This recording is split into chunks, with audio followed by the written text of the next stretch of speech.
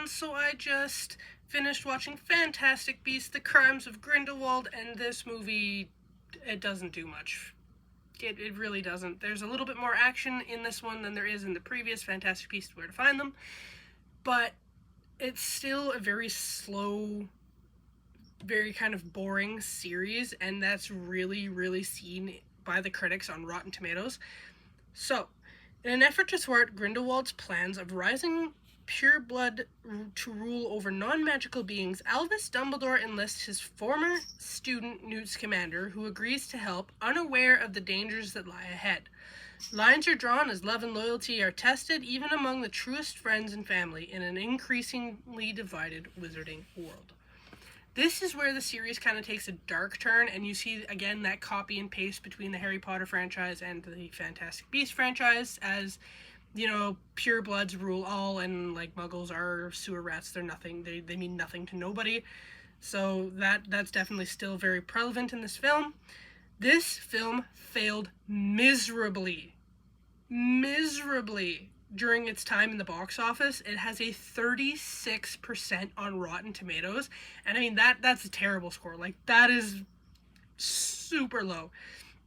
This film only made $159.4 million during its time in the box office and released on November 16th of 2018.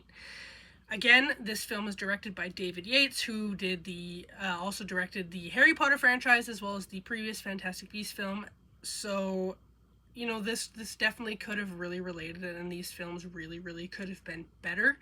This film had a $200 million production budget, so they didn't even really break even during their time in the box office. So that's definitely not a great thing, and I don't think people were expecting that, because these films were really expected to be that prequel, that reintroduction to the wizarding world that just everybody wanted, and they weren't.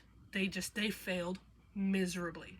So the CGI in this film is very well done. You can see the buildings breaking. You can see, again, the obscurial and the different things that go on within this particular film. So the CGI is, again, very well done, but with, I mean, a $200 million production budget, that's kind of expected to at least get one thing right. Just one thing right would have been great. This film definitely has more action than the previous one, and Fantastic Beasts and Where to Find Them, personally, were just a snooze fest for me. That movie's terrible. Like, it drove me insane. It's so boring. It was definitely hard to sit through, and I think it took me like 3 hours to watch it, and it's not a 3-hour movie, so that definitely says a lot about the film and just how slow it was, and how much you're like, I'm done with this. Like, can we just fast forward? Like, it's bad. It's bad. Finally in this film, you get to see one of the probably most iconic characters from the Harry Potter series, and no, it's not Daniel Radcliffe. We get to see the young Albus Dumbledore, and that's definitely an iconic, and I was definitely excited and very hopeful that the introduction of Dumbledore and, like, his background and his story really would have added to this franchise, and it really didn't. You don't get to see what goes on with him. You don't get to see why he is the way he is. You just, you know, he's this powerful guy, and at the time he's just a teacher. He's not a headmaster. So there's so many opportunities that this film had to talk about Dumbledore and just his family and the things that really actually went on with his dad killing the muggles, and just everything that really happened, and the background story of Liliana and what happened to her. So they really missed out on this. In this film, though, if you are a true Harry Potter fan, you did catch these, and I guarantee you caught these.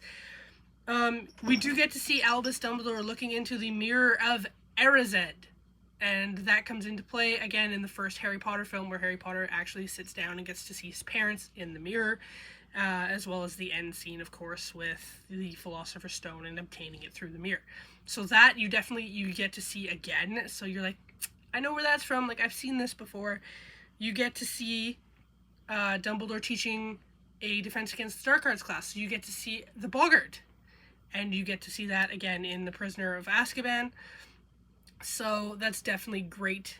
Was great to see again, and it's like, oh, they've been teaching the same lesson since, you know, the 1920s, whenever Dumbledore was nothing but a professor, and he's teaching the same lesson that Lupin teaches in The Prisoner of Azkaban, and I think it was really cool to get to see that. It's like, oh, yeah, you know, that's where that lesson sort of came from.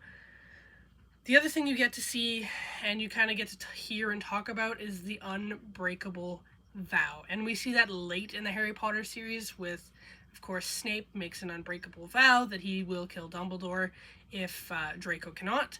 So we do get to see that again in these films. So it was exciting to be able to see and pick out, hey, you know, I've seen these before. So I think that kind of added to it. Like, I got a little bit of a thrill out of that, and being able to just pick that out of the series, going, I've seen those before. Like, I know where those are from, and I know what they do. This movie definitely had a very well orchestrated end scene. So I think in that respect, it was fairly well done, even though this entire franchise really could have been done differently and really could have been better. It's definitely great to see the revelation of another Dumbledore. Like, it was amazing to see that, and I think that would have, again, given the opportunity to have been better and to have led into the Dumbledore story and the Dumbledore background and what happened and just the different opportunities that could have been there but were missed because they were overruled by politics and, you know, having to go after these creatures. The only thing that really bothers me about this film is we see Albus Dumbledore as this, you know, smartly dressed Hogwarts professor. He looks stunning, he looks great, and most importantly, he looks very, very young.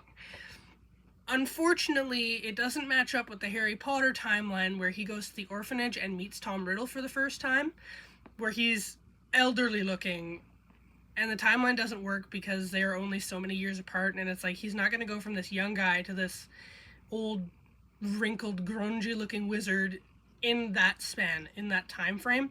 So that was a minor movie screw up there that kind of irritated me, and for that reason I'm going to give this particular film a 3 out of 5 on the Rotten Tomato meter, just because it was better than the first one and there was definitely aspects that I could relate to, and, you know, seeing the Harry Potter things come into play in this partner franchise was definitely really nice to see.